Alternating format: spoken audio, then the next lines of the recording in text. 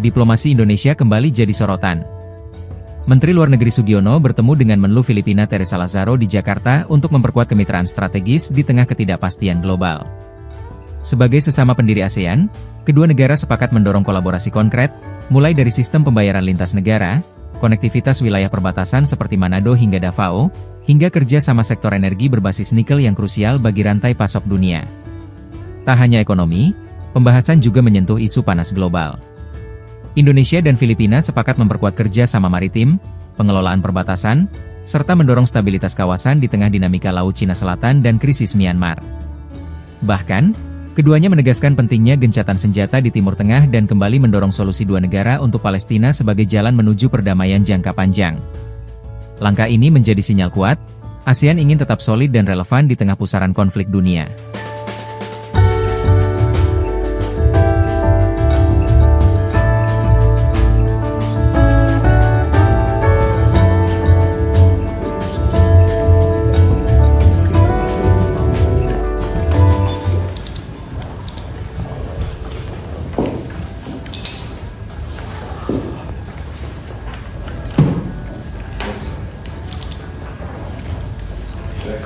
Secretary Lazaro,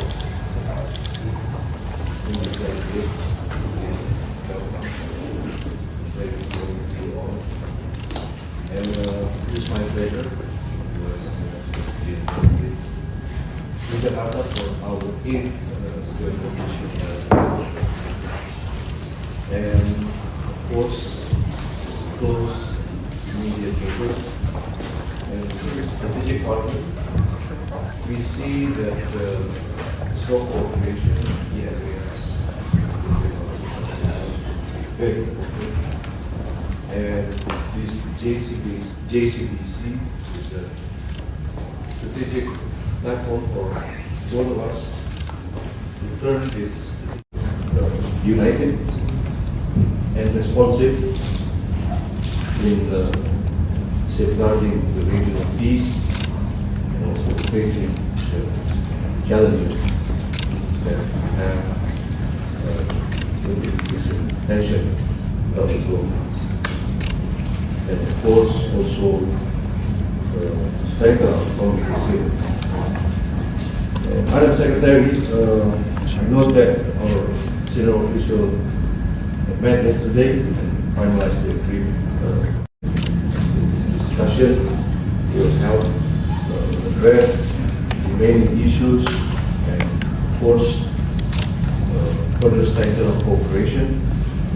And before we proceed, I will introduce my team here. I have with me Mr. Santo Darko Sumarto, Director General for Asia Pacific and African Affairs, and Mrs. Victorina S.D. Dewayani, Cabinet Affairs of the Indonesian Embassy in Manila. This is Elizandi Nadia Sumampau, Director for Southeast Asian Affairs, and my Chief of Staff, Mrs. Yvonne Maweka. And of course, welcome. And now I invite you to give your opening.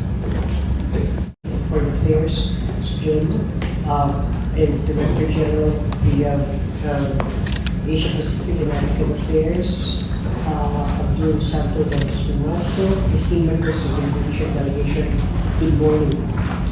First and foremost, I wish to express my appreciation to the government of the Republic of Indonesia as we convene this 8th Philippine-Indonesia Joint Commission for Bilateral Cooperation.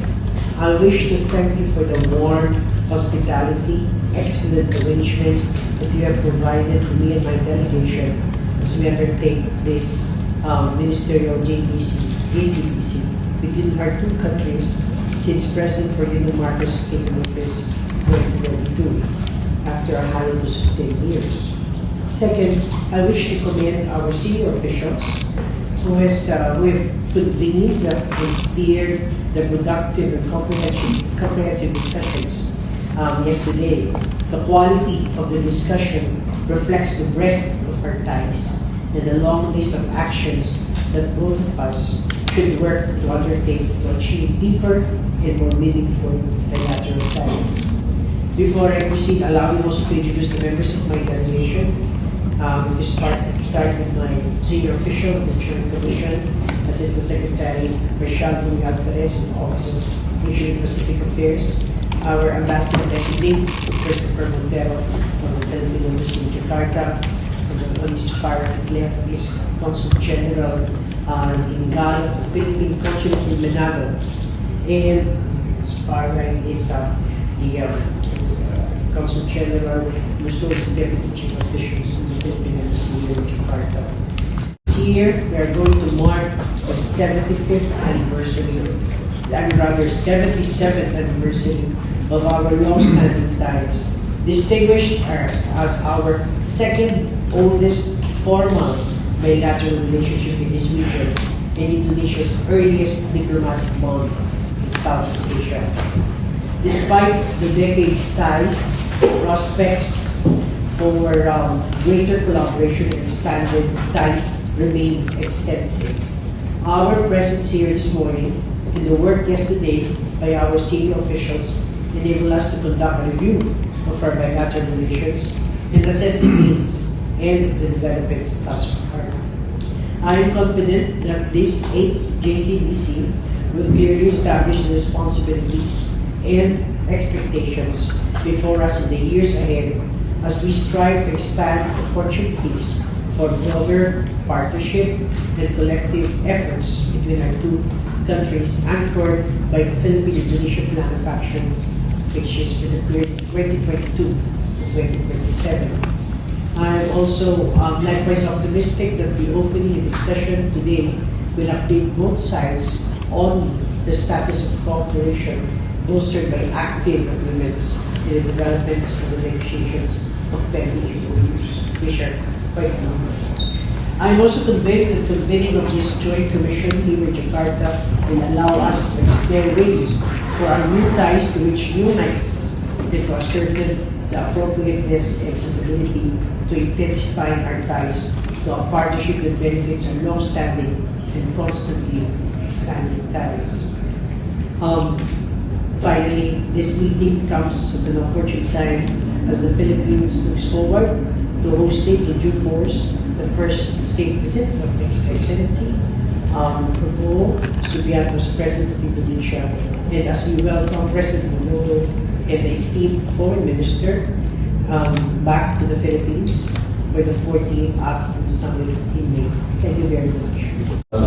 Secretary of Foreign Affairs of the Republic of the Philippines, colleagues of the media, once again, it is a great honor to welcome Your Excellency's first official visit to Jakarta for the 8th meeting of the Joint Commission for Bilateral Cooperation between Indonesia and the Philippines. And our meeting today reflects the strong partnership between Indonesia and the Philippines as close neighbors, fellow archipelagic countries, and as well as founding members of ASEAN. Our discussions focus on one objective, which is ensuring that our bilateral cooperation delivers on the benefits for our peoples.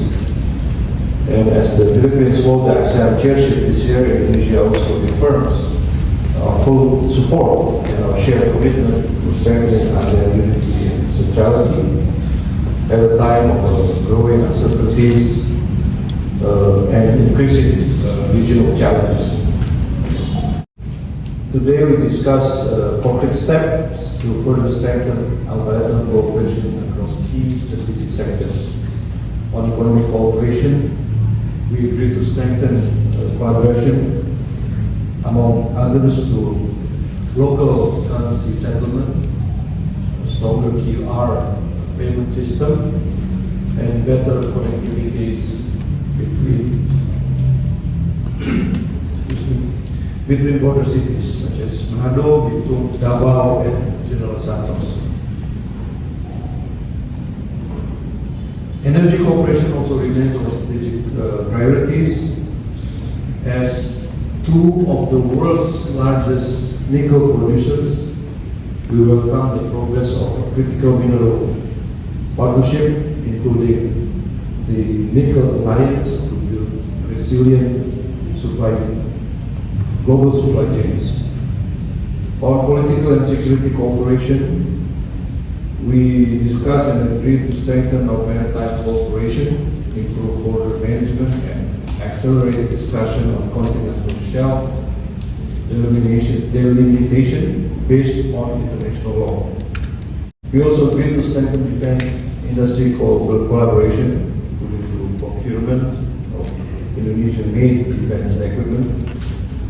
In consular matters, we welcome progress in resolving persons of Indonesian descent and persons of Filipino descent. We also exchange views on regional and global issues of common concern. We reaffirm the importance of peace and stability in the South China Sea through full step of international law, particularly UNCLOS 1982. We also emphasize the importance of an inclusive political process in Myanmar, support long-term peace, regional stability, and humanitarian assistance and aid. We also agreed to strengthen defense industry collaboration, including through procurement of Indonesian-made defense equipment. In consular matters, we welcome progress in resolving persons of Indonesian descent and persons of Filipino descent. We also exchange views on regional and global issues of common concern. We reaffirm the importance of peace and stability in the South China Sea through full step of international law, particularly UNCLOS 1982. We also emphasize the importance of an inclusive political process in Myanmar, support long-term peace, regional stability, and humanitarian assistance and aid. Geopolitics dynamics in the Middle East. We both believe that the current ceasefire is an important step to prevent wider escalation.